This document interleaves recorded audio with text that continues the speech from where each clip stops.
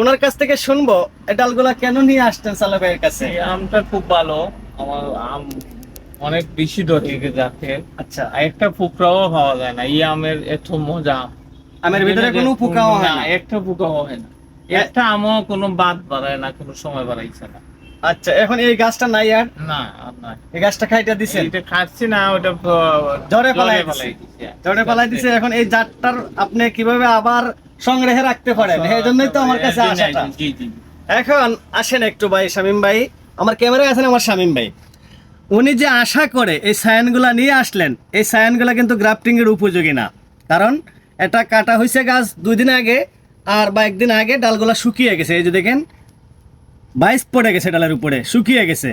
তারপরেও যেহেতু সালেহ ভাইয়ের কাছে এরকম একটি মনোবল নিয়ে, মনের আশা নিয়ে উনি আসছেন, আমি আপ্রাণ চেষ্টা করব এই সায়ান থেকে কিভাবে গাছ করা যায়।